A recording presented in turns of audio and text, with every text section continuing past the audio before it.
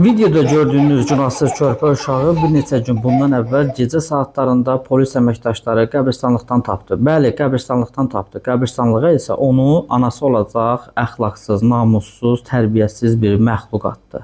İndi isə həmin o anası olacaq şəxs o körpədən imtina etdi.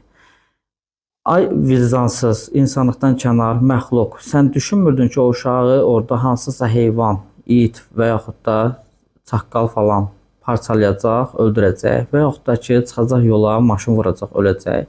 Sənin o atdığın, qəbirstanlığa atdığın, çarəsiz qoyduğun uşağı dünyaya gətirmək istəyən nə qədər qız gəlinlərimiz var, nə qədər insanlarımız var ki, illərlə əziyyət çəkir, milyonlarla pul xərcləyir, hətta xarici ölkələrə belə gedir ki, elə bir körpə övlada sahib olsun.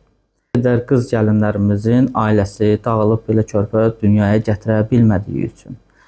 Sənin qədər o uşağın atası da günahkardır. Bəlkə də hansısa ehtirasa görə dünyaya gəlib o uşaq. Bəlkə də fahişəlik eləmişsiniz. Əziz cəmiyyətimiz, belə insanlara hansı cəzalar vermək lazımdır? Ümumiyyətlə, cəmiyyətimizdə belə halların sayı niyə artır? Niyə ailə dəyərləri, milli mənəvi dəyərlər bu qədər ucuzlaşır? Niyə əxlaq, namus, ana hissi, valideyn hissi, uşağa dəyər, insanlığa dəyər bu qədər ucuzlaşır? Sənin kimi nə qədər insanlar var. Ailə dəyərlərinin olmadığı bir cəmiyyət ölümə məhkumdur.